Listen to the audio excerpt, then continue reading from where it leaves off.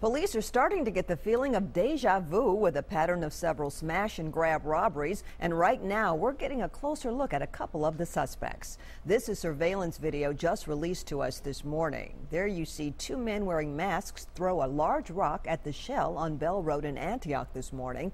This is the second time and the exact same manner this station was hit in almost 2 weeks. Both times the men took off with thousands of dollars worth of cigarettes.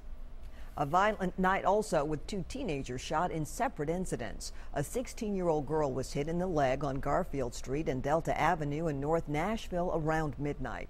Also just before that, a 16-year-old boy was shot twice in a drive-by on 25th Avenue and Dowland Street. That happened right across the street from the North Police Precinct. Both victims are expected to be okay. No arrests so far in either case.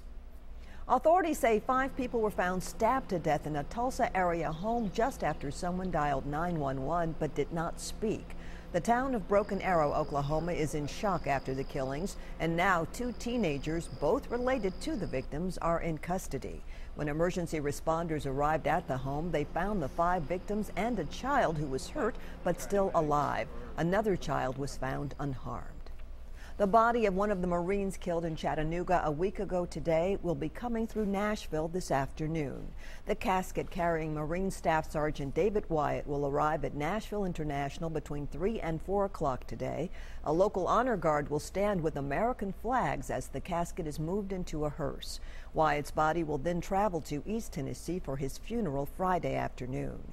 The official Route 4 procession to Chattanooga has not been announced.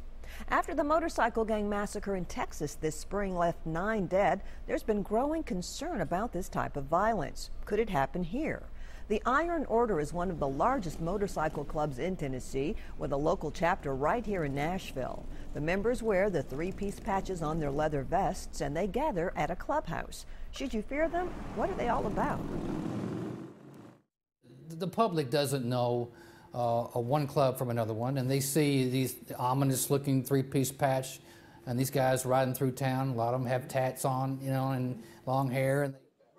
For the first time, local members of the Iron Order are opening up. They even allowed our news crew inside the private clubhouse. So what goes on in there and what's their mission? Don't miss this exclusive story tonight on News Channel 5 at 6. Part of Northern California is up in smoke today. A fast-moving wildfire is raging through an area north of Napa Valley. Thousands of acres have already been blackened. High winds and dry conditions are making it a tough day for firefighters there. In Montana, another blaze is wiping out pristine land in Glacier National Park. The famous Going to the Sun Road is closed between the St. Mary entrance on the east side and Avalanche on the west side. Hundreds of campers had to leave with very little notice.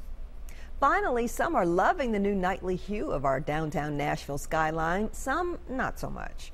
Rolling Mill Hill residents have a prime view of the new lights on the Korean Veterans Bridge and the Ascend Amphitheater. They say the new lights aren't necessarily the problem, but how bright they are is. The city says it's still in the testing phase for the bridge lights, and eventually they will just be a soft white, except for special occasions.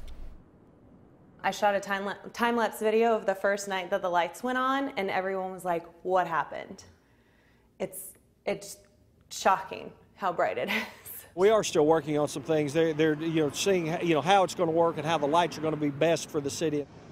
The new lights on the bridge and the Ascend Amphitheater were just turned on for the first time at the beginning of this week.